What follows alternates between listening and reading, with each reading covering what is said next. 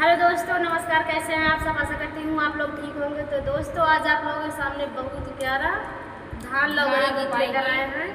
तो सुनिएगा और कमेंट बॉक्स में बताइएगा हमारा गाना कैसा लगा।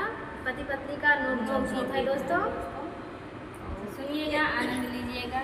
खूब धान लगाइएगा, गाइएगा। अभी तो धान नहीं लग गए, नहीं तो हम लोग लगाते समय गाते हैं, लेकिन एडवांस में गा दे रहे ताकि आप लोग भी सीख लीजिए। जो भी माताएं बहनें गाना चाहती हैं गा लीजिएगा। तो चलिए आप लोगों को सुनाते हैं, बहुत ही प्यारा धान रोपाई गीत है। जेठावा होला गतया सड़ावा चला हो गए ना, मोरा पिया परदेसिया चला हो गए ना, मोरा पिया परदेसिया चला हो गए ना। जाऊ के ऊ कहाई हमारे पिया के